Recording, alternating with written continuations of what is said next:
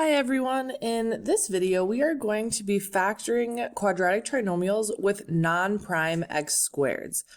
So what that means is in the previous video in 7.6a, we're mostly looking at that top left box. So I had a prime x squared, so maybe something like 2x squared. In this case, when I'm trying to factor that and figure out what goes on the outside, I want to think, well, what times what gives me 2x squared? My only options are 2x and x. And so I just have to figure out which one goes on which side. In today's video, we are now going to be looking at non-prime x squareds. So that could be something like 8x squared in this top left box. We do the same process, but it is slightly more complicated because now to get 8x squared, I could do 8x times x, or I could do 4x times 2x. So now I have four different possibilities. I could put 8x and x in these two spots and flip-flop them, or I could do 4x and 2x and flip-flop them. And so there's just more options for what you have. Now you could still use the guess and check method if you would like and just see if, pick one option and then see if you can finish your box. Otherwise, what you could do is when you're looking at these, the number, as you can see, the 4x on the top, if you look at the blue highlighted numbers, 4, 12, and 8, that 4 is going to be the biggest number that divides evenly into all numbers in that column. So if I look at 8 and 12, the biggest number that divides into 8 and 12 is 4, and so I can pull it out here. And then if I look at the 3 in the pink highlights, that's going to be the biggest number that divides evenly into all the numbers in that row. So if I'm looking at 12 and 9 here, the biggest number that divides into both 12 and 9 is 3, and so I can pull that out front. So that's just a strategy that you can use if you remember that it works. Otherwise, you could always think about just guessing and checking as well. And remember, in those top left and top side left, those are going to be x's as well. So let's look at an example. I want to factor 4x squared plus 16x plus 15. So I'm going to set up my box. My first term is still going to go in the top left, and my last term is going to go in the bottom right. From there, I can find my magic numbers. So far nothing is changing yet. I want to find two numbers that multiply to 4 times 15, my a times c. That's going to be a positive 60. And two numbers that add to my middle number, which is 16. So because I'm multiplying to a positive, both numbers are positive or both numbers are negative. And because I'm adding to a positive, both are positive. So let's start listing our factors. I have 1 and 60. 1 plus 60 is 61. I have 2 and 30. 2 plus 30 is 32. I could do 3 and 20. 3 plus 20 is 23. I could do 4 and 15. 4 times 15 is, 4 plus 15 is 19. 60 divided by 5 is 12. 5 plus 12 is 17. I could keep going. I could do 6 and 10. 6 plus 10 is 16.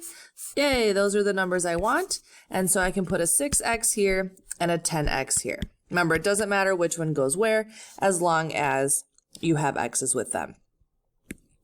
So now I need to figure out what is going to go on the side and on top of my box. So let's do the side first. If we use what the previous slide told us, I want to find the biggest number that's going to divide into both 4 and 6. So what is the biggest number that divides into both 4 and 6? That is going to be a 2. And we also need an x. And then I could also look at the top. So I want to find the biggest number that's going to divide into 4 and 10. And that's going to go up here. And so the biggest number that divides into both 4 and 10 is also 2 with an x. And you can double check that 2x times 2x does in fact equal 4x squared.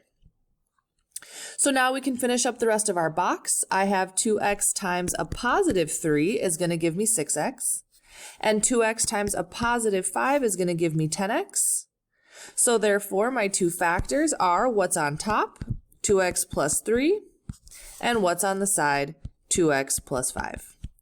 And as always, you can multiply those two out and see if you get what you started with to check your answer. Let's look at one more example. So here I have, to make my box, 10x squared goes here, minus 1, the last term, goes here. I am finding two numbers that will multiply to 10 times negative 1, which is negative 10, and add to my middle number, which is 3. Now in this case, I'm multiplying to a positive, so that means one of my numbers has to be positive and, I'm multiplying to a negative, so one of my numbers has to be positive, one of my numbers has to be negative, and I am adding to a positive 3, so that means the positive one has to be bigger. So now, if I list my factors of 10, I have 1 and 10, and I want the bigger one to be positive, so negative 1 and 10. If I add negative 1 plus 10, that's a positive 9. I can do negative 2 and 5. Negative 2 plus 5 is 3. That's what I want, and so negative 2 and 5 are my numbers. Remember, if you accidentally flip-flop the negative and you're getting that they add to a negative number, just in your factors, just switch around where that negative is. So I have a negative 2x and I have a 5x. And now, when we think about that 10x squared, I could do either 10x times x, or I could do 2x times 5x. So you could guess and check, try one out, see where it has to go, or you can try and find the biggest number that is going to divide into both. So here, if I look at the top row, I have 10 and 2. So what's the biggest number that's going to divide into both 10 and 2? That is going to be a 2 with an x.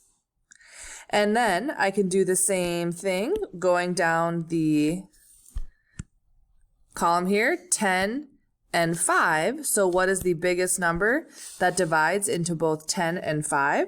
That is going to be a 5. And now let's just double check I can finish the rest of my box. So 2x times a negative 1 is going to give me negative 2x. And 5x times a positive 1 is going to give me a 5x. If you do want to double check, you can always double check that 1 times negative 1 is negative 1. So my box all works out. So now my factors will be 5x minus 1 on the top and 2x plus 1 on the side. It does not matter where or what order you put your factors in. You could also do 2x plus 1 and 5x minus 1, as long as the 5x and minus 1 stay together and the 2x plus 1 stays together. But those would be your two options for your answers. So as you're going through and multiplying, just remember we have our little trick that can help us figure out what to pull out. But if you don't remember that, you can always just pick an option between the ones that you've figured out, and then just see if you can fill out the rest of your box. If something doesn't work out, then try another option.